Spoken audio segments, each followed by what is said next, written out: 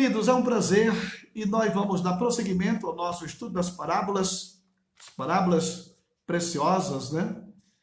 Depois que estudamos as parábolas do reino, existe, na realidade, uma série de outras parábolas menores, porém de um valor incalculável, com uma mensagem extraordinária que nos ajudam cada vez mais a prosseguir. E nós queremos ler aqui Mateus, no capítulo 15 de Mateus.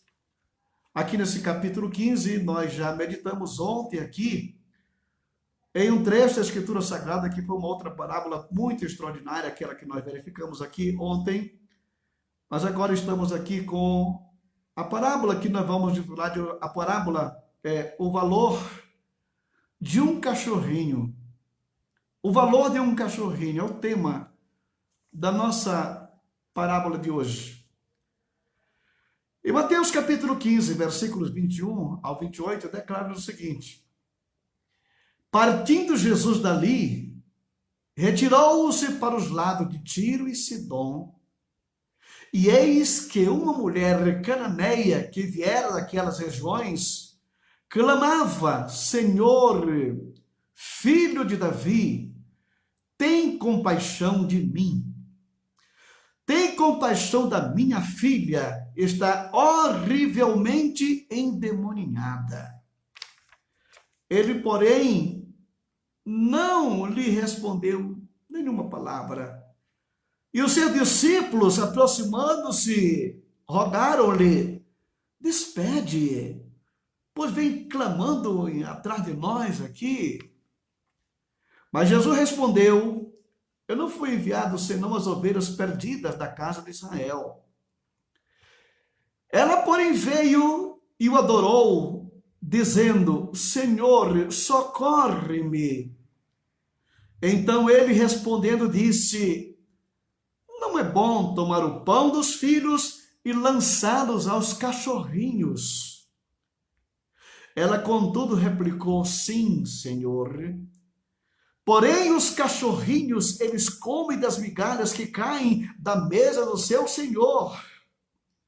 Então lhe disse Jesus: ó mulher, grande é a tua fé, faça-se contigo como queres. E desde aquele momento, a sua filha ficou sã, ficou sarada, ficou sadia. Irmãos, nós estamos aqui dentro de uma narrativa, e no meio dessa narrativa tem esta parábola, que Jesus Cristo era perito em explicar as coisas através de parábolas, né? O que nós observamos agora é que o cenário muda um pouco, porque você se lembra que Jesus Cristo estava pregando anteriormente na praia do Mar da Galileia, onde ele tomou aquela embarcação e fez ali um púlpito e pregou para as multidões que estavam ali. Depois que ele pregou algumas parábolas ali da proa daquela embarcação, ele despediu as multidões e foi para casa. E lá na casa, onde eles estavam, que eles se hospedavam, né?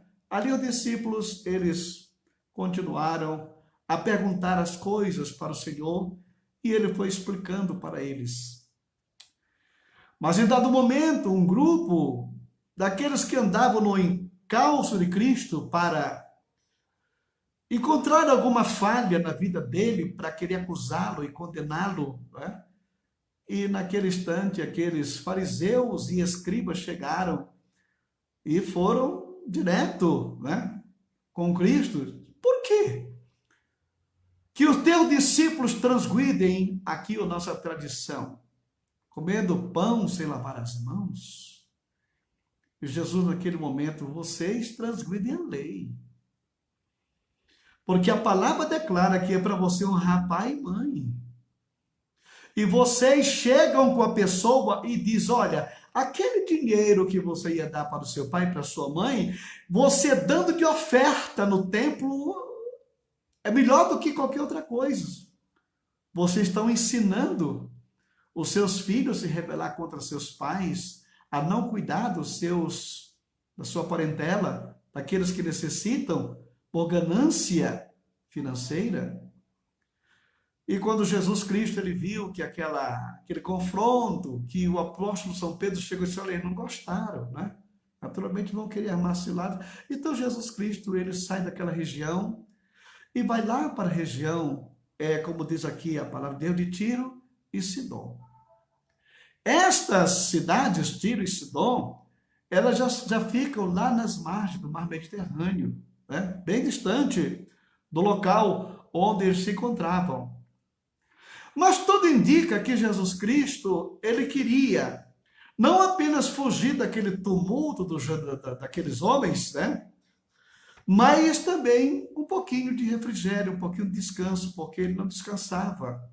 Era o tempo todo aquela multidão ao seu lado, querendo mais e mais. A sede espiritual das pessoas era enorme, né?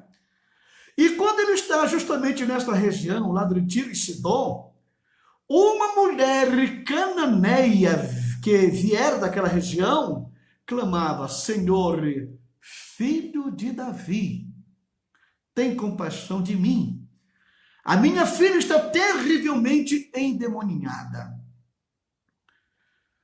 O que é interessante na Escritura Sagrada é justamente alguns detalhes, né, que nos fornecem muitas informações. Aqui nos declara a Bíblia Sagrada que esta mulher era cananeia, uma mulher gentia, uma mulher que não tinha nada a ver com o povo judeu, com o povo de Deus. Uma mulher, inclusive, que era uma daquela descendente daqueles cananeus que povoaram a terra. Naquela época, quando o povo de Israel conquistou a terra prometida, ela era povoada pelos cananeus. Era eles que detinham aquela terra em seu poder. E você viu como foi a conquista pelo tempo de Josué, que foi eliminando aqui e acolá os núcleos dos cananeus, e eles naturalmente viram como é que um povo tão simples podia ser passivo de tantas conquistas e conquistas magníficas, momentos miraculosos como a queda de Jericó e outras grandes cidades que caíram sob o domínio do povo de Israel. Aquela mulher era cananeia. Ela era descendente daquele pessoal. Era para aquela mulher nem se aproximar de um judeu.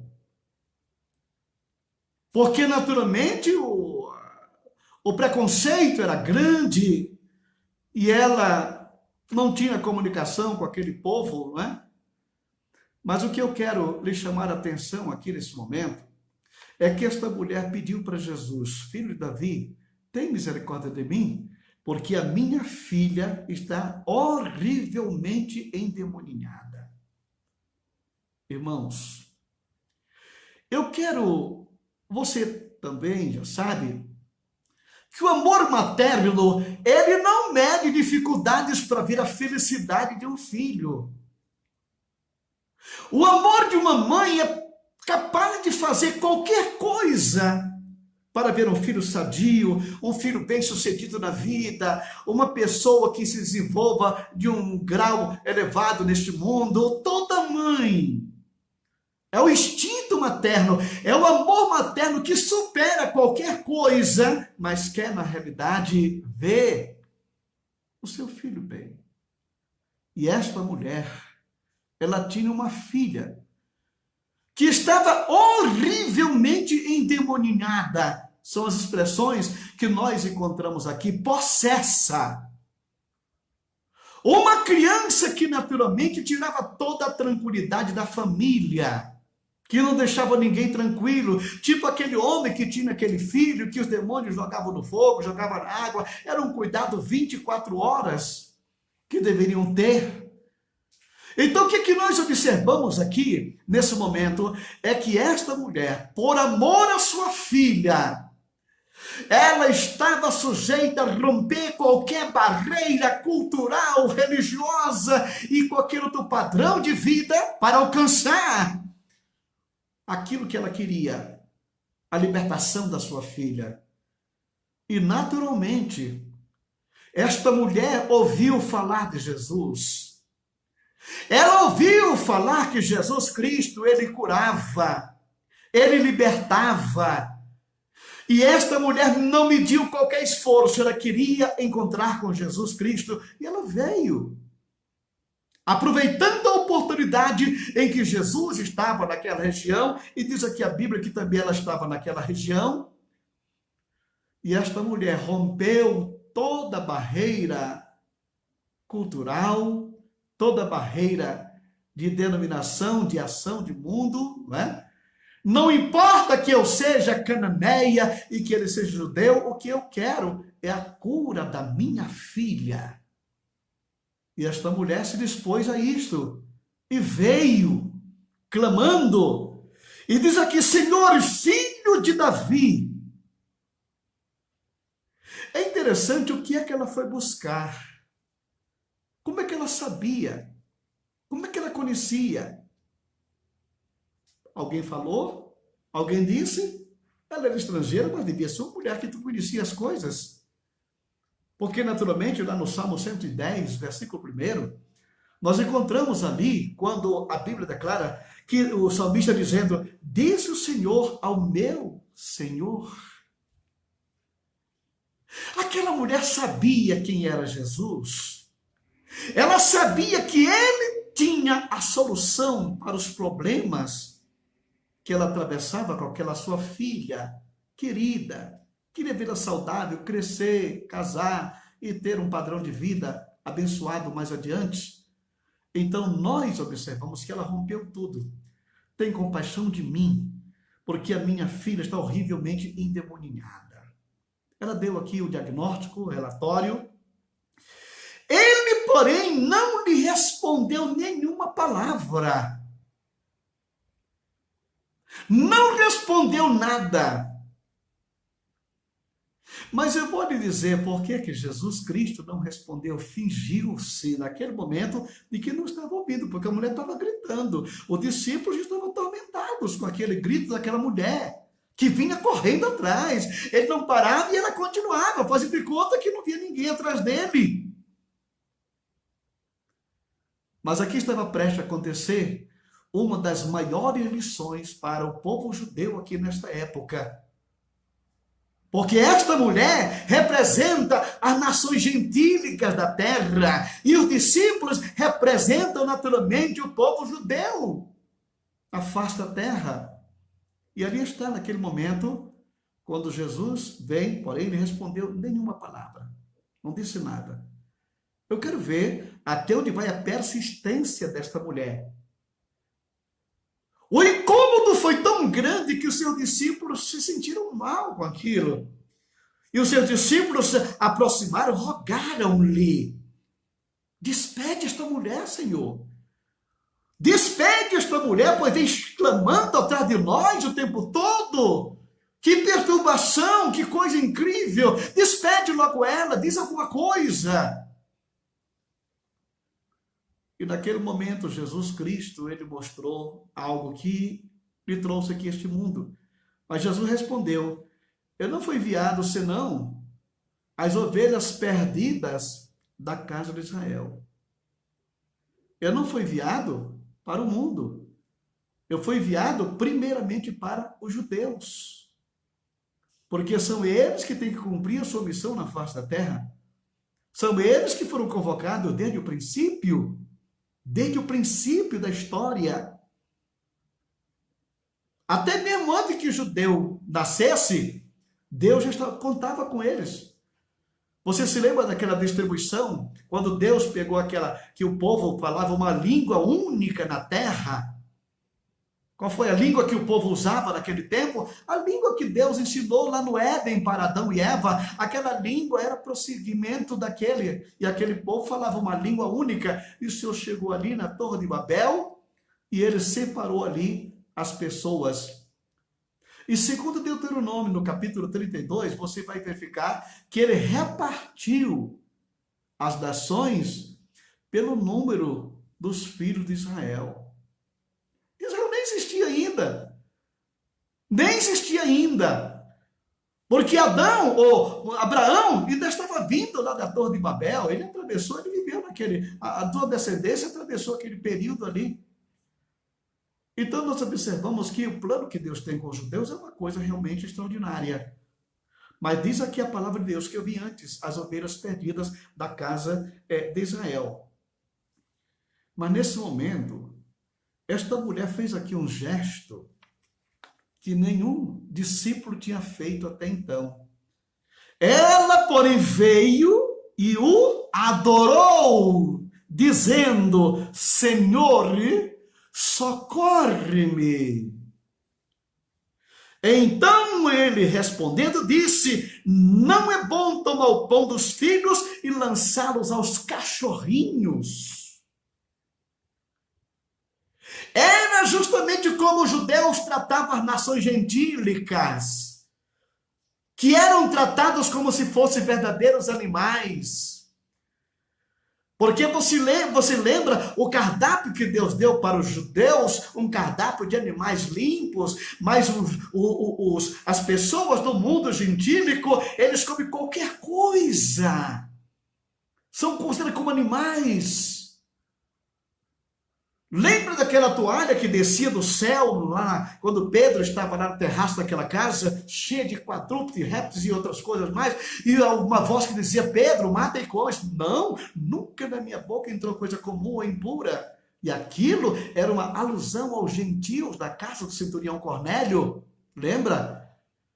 Então, neste momento, o que é que nós observamos aqui? Ela, porém, veio e o adorou.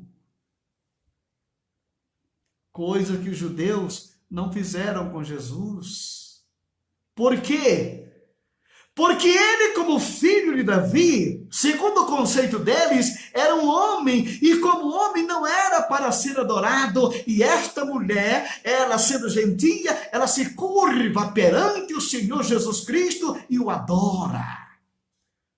Ela reconhecia ali alguém numa supremacia extraordinária. Ela sabia que ali estava alguém enviado do céu aqui na terra. Ela sabia que estava frente a frente com o Senhor. Porque nesse momento, quando ela verbaliza esta palavra, irmão querido, você não queira saber o que aconteceu naquela hora no coração daquela mulher. Tá? Adorou dizendo: Senhor, socorre-me. Então ele respondendo disse: não é bom tomar o pão dos filhos e lançá-los aos cachorrinhos. Pão dos filhos, o que é o pão dos filhos? A cura divina, a libertação, a saúde, a transformação. Isto é o pão dos filhos. Não é lícito pegar o pão que pertence aos filhos e lançá-los aos cachorrinhos. Essa forma delicada, cachorrinhos, é aquele cachorrinho de estimação que a pessoa tem em casa. E é interessante aqui esta parábola, porque nesse momento, você que tem um cão de estimação na sua casa, ou já foi numa casa que alguém cria algum cachorro, você já viu na hora do almoço o que acontece? Todo mundo está sentado na mesa.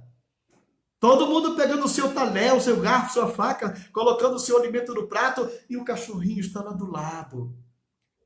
Esperando que alguém jogue uma fagulha, que alguém jogue um pedacinho de carne, que alguém jogue alguma coisa, uma migalha. Ele está ali pronto para pegar aquela migalha. Cachorro não é convidado para sentar à mesa. Cachorrinho não sabe comer com garfo e faca.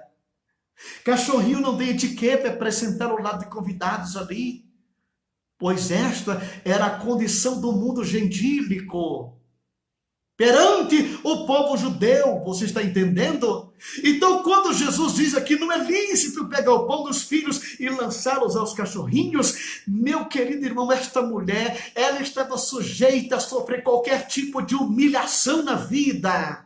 Não apenas uma questão de separação de nacionalidade, mas também de sofrer esta humilhação de ser chamada de cachorro. Ela não se importou com isto. O que ela queria era a cura da sua filha. O amor materno fala mais alto do que qualquer outra coisa na face da terra. Ela não estava preocupada em ser humilhada. Ela não estava preocupada em passar por aquela situação. O que ela queria era a cura da sua filha. E naquele momento, não é bom tomar o pão dos filhos e lançar os cachorrinhos. Ela, contudo, replicou: sim, Senhor. Porém, os cachorrinhos, eles comem das migalhas que caem da mesa dos seus donos. Os cachorrinhos também comem. Eu quero que você entenda aqui a expressão de Jesus. Então lhe disse Jesus: ó mulher, grande é a tua fé. Que seja feito de acordo com como você quer, de acordo com como você está pedindo. Mas o que foi que amoleceu o coração de Jesus aqui para atender esta mulher? Foi ela se considerar na posição de cachorrinho mesmo? Das migalhas que caem da mesa? Não, não. Foi quando esta mulher disse: sim, Senhor. Naquele momento, aquela mulher reconheceu o senhorio do Senhor Jesus Cristo sobre a sua vida. Você está entendendo isto aqui? Aquela mulher tinha um senhor que dava doença. Aquela mulher tinha um senhor trágico. Aquela mulher tinha um senhor que mantinha a sua família num cativeiro, mas de repente ela trocou de senhorio, ela aceitou Jesus Cristo agora, sim, Senhor. Nesse momento, quando ela trocou de senhorio, Jesus disse: mulher, grande é a tua fé, seja feito de acordo com como você está pensando, como você quer, da forma que você bem deseja. Oh mulher, grande é a tua fé. Faça-se contigo como tu queres. Você está entendendo aqui onde está o segredo da história? Não é porque ela aceitou a condição de cachorrinho, não. Mas porque nesse momento ela aceitou ou reconheceu Jesus Cristo como o Senhor da sua vida. E quando isto acontece, todas as barreiras caem por terra, porque a fé, ela transporta, ela transpõe, ela transcende qualquer cultura do mundo, qualquer cultura da terra, qualquer outra coisa. A fé atinge o coração de Deus na sua glória. A fé, ela movimenta o Senhor em nosso benefício. A fé, ela vem e nos concede a vitória que nós queremos. Você está entendendo o que a palavra de Deus nos mostra aqui nesse momento? Se você ainda não tem Jesus Cristo como Senhor e Salvador da sua vida, né? Aquele que confessar o Senhor como Senhor, Jesus como Senhor, né? Aquele que com o lábio confessa, e aquele que no coração crê, né? E confessa que Jesus Cristo é o Senhor, ele será salvo. É quando você verbaliza: Jesus, eu te aceito como Senhor da minha vida. Eu te quero como dono da minha vida. Eu quero o Senhor como o Senhor que controle, que comande e que conduza a minha vida de agora em diante na face da terra. Irmãos queridos, os alunos estavam ali perto. O discípulo estava ali. Naturalmente perguntando: eu quero ver como é que ele vai se sair dessa. Ele veio realmente somente para as ovelhas perdidas da casa de Israel? Será que ele veio nesse momento para isto? Não, irmão querido, Jesus não veio para os judeus. A Bíblia, inclusive, declara que ele veio para o que era seu, mas os seus não receberam. Mas o mundo gentílico, reconhecido por esta mulher, o recebeu, o aceitou. E hoje, como diz a carta aos Hebreus, eles são filhos de Abraão pela fé. Esta mulher cananeia, você que está me ouvindo aqui neste momento, você que não pertence ao grupo da comunidade judaica, que é um grupo realmente que Deus tem um tratamento especial com eles, mas você, pela fé, é filho de Abraão. De graça sois salvos por meio da fé. Isso não vem de vós, é um dom de Deus, é uma dádiva divina. E os alunos estão olhando esse tratamento. E na realidade, eles aprenderam a lição extraordinária. Eles demoraram um pouco a cair a ficha. O próprio Pedro, de vez em quando, fazia uma pergunta e dizia: mas você não entendeu ainda o que eu estou falando? Porém, quando eles se viram agora sozinhos, depois que Jesus partiu, que eles foram convidados a ir por todo mundo e pregar o evangelho a toda criatura, ali estavam eles agora se confrontando com as nações gentílicas na face da terra. É quando Pedro, lá em Cesareia, ele ali vê aquela visão daquele lençol cheio de animais. Pedro mata e come. Depois foi que ele foi entender que os gentios eram, na realidade, esses animais. Não torne comum ou imundo aquilo que Deus, ele já santificou. Aquilo que ele purificou.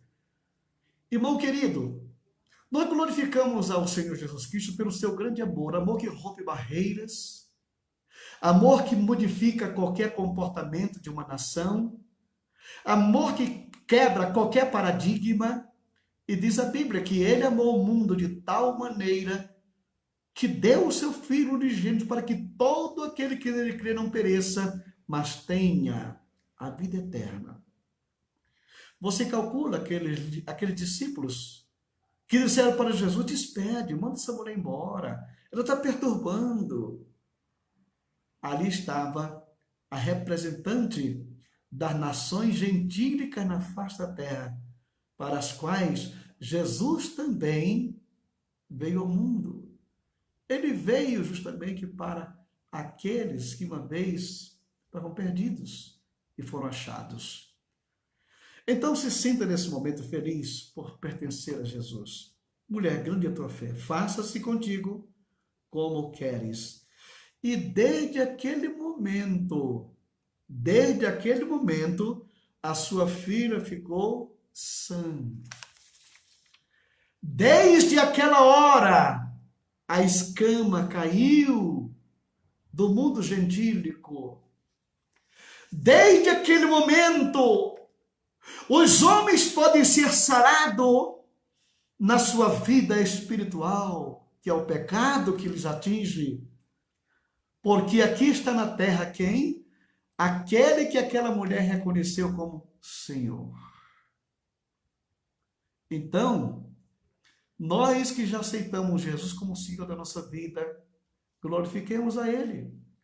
Mas você que ainda não tem Jesus no seu coração, olha bem, se no teu coração você crê e com os lábios você confessar que Jesus Cristo é o Senhor, você será salvo agora mesmo.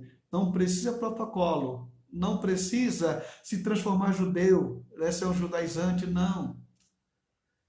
Ele está disposto para te atender do jeito que você é. Ele simplesmente reconheceu naquela mulher uma fé suficiente para transformar o lar dela, para tirá-la daquele cativeiro de enfermidades que ela estava envolvida e para trazê-la à comunhão com os servos e com as servas de Deus em toda a face da terra. É muito bom. É muito bom servir o Senhor. É muito bom pertencer a Jesus. É muito bom ter-o como nosso Senhor e Salvador pessoal. Amém? Nós vamos orar nesse momento e nós temos aqui alguns pedidos de orações para que oremos nesta hora, né? A irmã Lúcia, que ainda se recupera daquela cirurgia que ela fez da coluna, uma cirurgia muito delicada, mas Deus é bom que ele recupera. Temos aqui a mãe do Isaac, que está também com enfermidade. O irmão Cristiano e a sua família, que pede a intervenção divina, principalmente a sua esposa, que está esperando por uma vaga lá na Unicamp, né? Irmão Andréia Prates, que foi acometida de Covid, mas ela nesse momento está... Não. Quem é que está aqui? Agradecendo pela cura. É outra. E temos também o irmão Juca, que estava há 10 dias no hospital, mas ele me falou que hoje ele saiu do balão de oxigênio. O pastor Januário que está bem melhor, e a sua esposa, irmã Vera, que já está em casa. Então, são pessoas que estão realmente aqui no nosso hall de pedir oração. Mas nós temos aqui vários outros irmãos que estão agradecendo pela cura, né? O nosso Senhor Jesus Cristo, ele é o médico dos médicos, ele é o médico por excelência. Então, agradecemos por essas pessoas que Deus está dando vitória, dando a saúde que realmente é necessário para prosseguir a caminhada da vida. Vamos orar?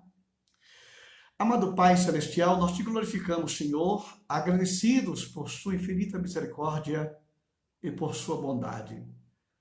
Que teu amor que nos envolve a cada momento, Senhor Deus, esteja sempre presente e que nós possamos reconhecer-te em nossos caminhos, em nossa vida. Pai, concede a saúde plena para os teus filhos que estão convalescendo. E aqueles que estão expressando a sua gratidão pela cura, meu Pai. Muito obrigado, Jesus. Muito obrigado, Senhor. Continua abençoando meu irmão, a minha irmã, cada família que está presente aqui conosco nesta hora. Visita os lares, meu Senhor, concedendo a saúde que cada um precisa. Pai de amor, olha para aqueles que estão ainda hospitalizados, que estão precisando de um toque da tua graça, e que assim como o Senhor viu naquela mulher fé suficiente, e que nesse momento esse meu irmão, esta minha irmã, possa fazer o mesmo, e ouvir dos teus lábios, que seja feito de acordo com a tua fé. No nome de Jesus Cristo. Pai, ainda te peço nesse momento pelos pastores de Campinas, pelas igrejas aqui desta cidade, pela prefeitura, pelo prefeito de Campinas, os vereadores e todos que estão aqui em função de mando nessa cidade. Ajuda esses homens, Pai. Eu sei que não tem sido fácil a correria para debelar essa situação, mas o Senhor está dando graça. Também te peço pelo presidente da República, Senhor, pedimos que o Senhor mande os seus anjos para guardar o teu servo. Os dardos são inflamados de toda parte. É mais que deseja o seu mal e a sua morte. Porém, a tua palavra declara que eles cavaram uma cova, mas foram eles que caíram. Que essas pessoas possam reconhecer que existe um Deus, que é um justo juiz, que sabe como julgar cada detalhe, cada palavra, cada atitude, cada ação. Que nós possamos abrir nossos lábios para abençoar. É isso que o Senhor quer de nós. Porque é do coração que procede as fontes da vida. Não é o pão comido sem lavar as mãos, mas a maldade, a malícia que procede do coração do homem, que destrói, que causa pavor, que causa angústia. Que essas pessoas possam reconhecer que elas são uma fonte. Agora, existe a fonte de água cristalina. Jesus disse, aquele que crê em mim, como diz a Escritura, do seu interior fluirão rio de água viva. Mas tem aqueles que têm uma água contaminada, uma água empoçada, uma água destrutiva. Senhor dos exércitos, tem misericórdia. Tem misericórdia. Ajuda o presidente da República, cobre ele com o teu poder e com a tua graça. Abençoa também as autoridades constituídas sobre esta nação.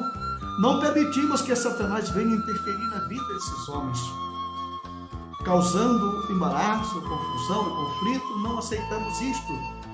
Nós precisamos de homens equilibrados, pessoas que temam o teu nome, pessoas que acima da Constituição reconheçam que tem uma Constituição maior, que é a tua palavra, que é a tua justiça, que não falha nunca. Deus maravilhoso, guarda a nossa nação brasileira, guarda as nossas autoridades, Senhor. Eu te peço ainda pela nossa família, pela nossa casa, pela minha esposa, pelos meus filhos, netos, bisnetos, Senhor, toma cada um na tua presença. Vem fortalecer a nossa fé e nos ensina a compreender cada vez mais o valor que temos para ti. Senhor Jesus Cristo, o mesmo valor que tem aquele judeu, tem aquele cachorrinho gentil, que é o homem, que sou eu, e a pessoa que está lá fora. O valor é o sangue de Cristo. Muito obrigado, Jesus, por esses momentos. E a graça de nosso Senhor Jesus Cristo, o amor de Deus, nosso Pai, a comunhão e a consolação do Espírito Santo seja com todo o povo de Deus, agora e sempre. Amém e amém.